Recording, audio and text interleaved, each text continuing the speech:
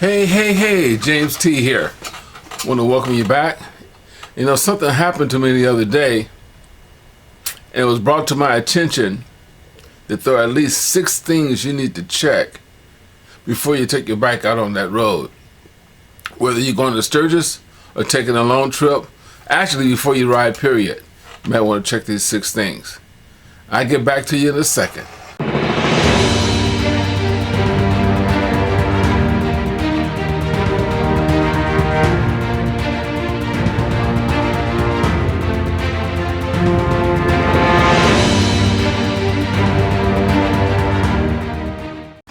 Welcome back. About 2 weeks ago, I went for a quick little ride. I noticed that my rear end felt kind of squirrely. I was like, man, what the hell now? I'm trying to get ready for this ride, and my bike is feeling kind of funky. Not good funky either. So I'm like, damn, what's going on? Anyway, talking to a buddy of mine, and I mentioned it to him because he's getting prepared to go for a long trip to it. He's not going to Sturgis, he's going to be taking a trip through Yellowstone. But we were talking, and I mentioned that my rear end felt kind of funky. I didn't understand what was happening because I knew my shocks were great. And he said he had the same thing happening to him. And it turned out that it was his Swingarm bolts. And he asked me did I know where they were. I said, yeah, I know where the Swingarm bolts are. I got 4 of them. He said, yeah, I got 4 also. I think he has it's a 2008 Harley Davidson Road Glide also. Mine's a 2006. And he said that all 4 of his Swingarm bolts were loose. And that was what was causing his rear end to be kind of shaky. So he suggested that I might want to check those out. And I said, you know what? I hadn't checked those out for a while. It's been years. You don't even think about it. You just jump on and you ride. You think about some other things, but you don't think about that, right? So, got me thinking about some other things I don't pay a lot of attention to. Anyway, I'm sharing that with you right now. 6 things you want to make sure you check out on your bike before you hit the road. Okay, number 1, and this is highly critical. I'm going to go to the Swingarm bolts first.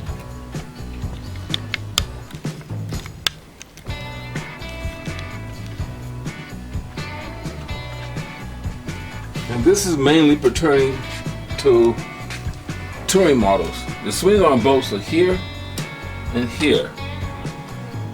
This is my left side. You got 2 on the right side. So I checked these bolts on this side, and they were pretty tight. But on the other side, okay, this is the right side of the bike. And here are my Swingarm bolts here, 1 here, and 1 here. This one is hard to see. It's down in there between the exhausts. Zoom that in a little bit. Okay.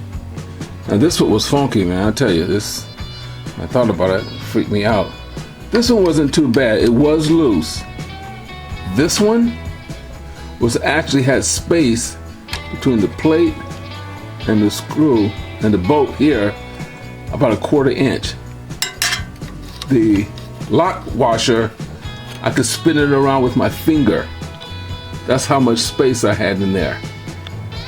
And if that's not being negligent on my part, man, I don't know what is. So I checked that. So that's number 1 that you want to check. And number 2, you want to check your shifter linkage. Now I have a toe heel, so I gotta check here. I think that's a 3/8 and the 3/8 Allen wrench. And then the difficult one on the front part, says my linkage is pretty tight, but yet and still there's another spot you can check. Right, let me see, can we get it in view here? It's kind of hard to see. It is, what is that damn thing? It's in there. It's kind of hard to see it.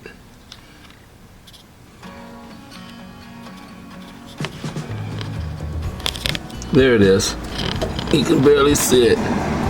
It is right here, right there, on the inside of the shifter arm there. And I don't have the stock linkage here. I don't have the stock linkage here, so this one is, mine is a little different. I have a bolt here and a bolt here, so that's pretty tight too. So that works out pretty good. No problem there. But you want to check that. That's number 2. Number 3, your battery terminals. That's a 10mm wrench, and you want to check that. Positive side here,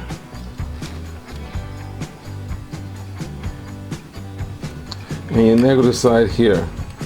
Be careful doing that. Definitely don't use an extremely long box end or whatever and short out to the frame. I've done that before. Thought I was careful and I wasn't. So that is your battery terminals. You want to make sure you check those. And it's something that you don't think about that much because it's up under the seat and they tend to get a little loose. You need to keep them tight, and that makes the charging system charge correctly and the battery can charge up properly. If not, get some space in there and it's loose, it doesn't charge correctly. Also, you might want to check your static voltage on your battery with an ohm meter. Now, it should be at least 12 volts, maybe 12.5, somewhere in there. And when you turn the motorcycle on, and you should get a running charge of maybe 13, depending how old your bike is, maybe up to 14 amps on your meter there. Okay, so that's that one. Number 4, you want to check your pulley bolts to your rear wheel. Believe it or not, these bad boys can get loose. I checked mine already. They are not loose. I just wanted to be sure of that. And as you can see, the bike is in the air and strapped down. What I did so that I could check them, make sure that they were all tight, I actually ran a stick through here to there so it wouldn't damage anything. And I checked all bolts. That's a 5/8 inch socket that you're going to need, or a box end or open end, whatever you can get in there. I don't know what the torque spec is, but if it's loose, just get it tight. You don't want that to start flopping around on you because your whole drivetrain will get messed up then. So that's that. Oh, and last but not last, but also check your mufflers, the bolts on your mufflers. Check here. This is the rubber end for the touring model. Here. Make sure those are tight. The clamps have clamps under here. And on the other side also, you want to check those clamps. And if you really want to get really particular about it, you can check in here the flange that mounts to the heads. I had those get loose before on my motorcycle. Not this particular bike, it's my Road King, but you want to check that also. And last but not particularly least, of the 6 things you definitely must check are your tires. And when it comes to checking your tires, I prefer to use a circular air pressure gauge versus the stick air pressure gauge. But whichever you use, you want to make sure that you're consistent and you use the same type of gauge whenever you check your tires. That way you're getting the same reading all the time. So, and you want to check your tires cold. And one more thing you may want to check with your tires is the wear on your tires. Now my tires are almost new. I don't think these tires have 1,000 miles on them, but I tend to replace my tires every couple of years. But if you have a depth gauge, you want to check that here, okay? And if you don't, I think Lincoln's head on the penny still is a pretty good rule to go by. Also, on a motorcycle, if this is starting, your tire is starting to get flat, it's time to get a new tire. Okay?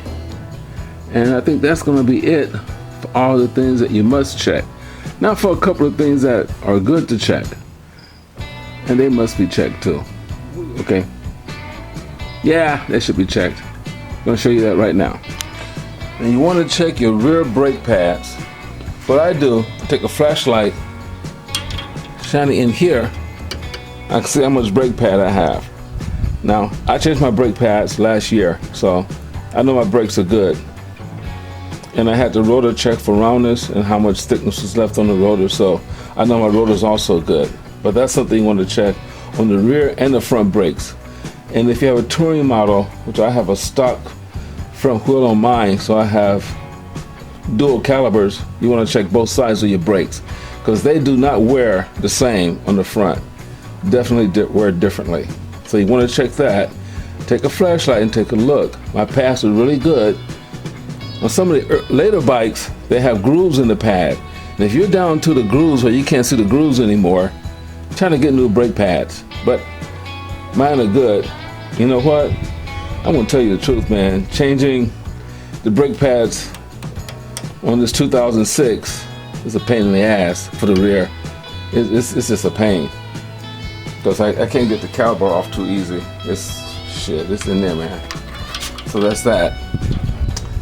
And let's see. You want to check your brake fluid. Make sure you got brake fluid.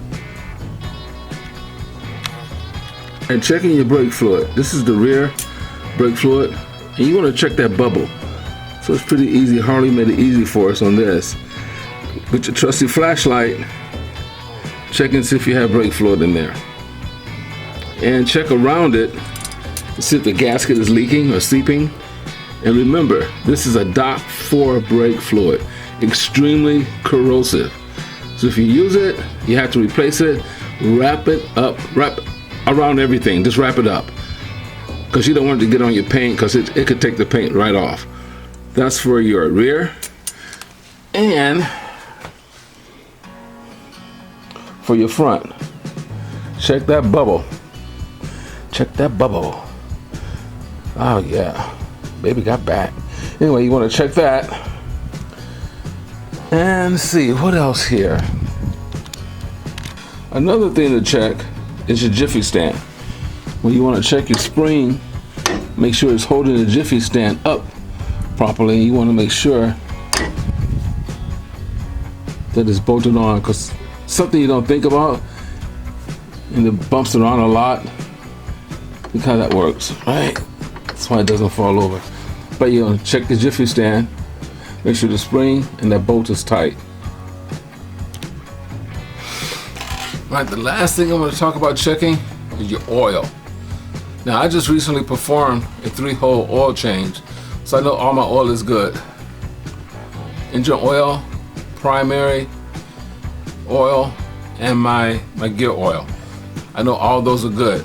They're full, they have the right spec, the right height, and everything. So you want to make sure you check those things. And like I said, for me, it was kind of scary to be riding my bike one day and my rear end felt kind of squirrely, to find out that my swing arm bolts were loose.